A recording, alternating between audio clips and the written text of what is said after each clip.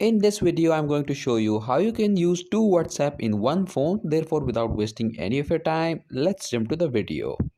As you can see that I have already one WhatsApp installed on my device. So in order to use two WhatsApp, you need to download this application from the Play Store called Dual Apps. Once the application is downloaded and installed, open it. Grant all the necessary permissions required to run the application.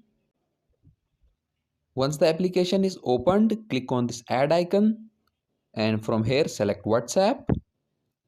Click on import dual.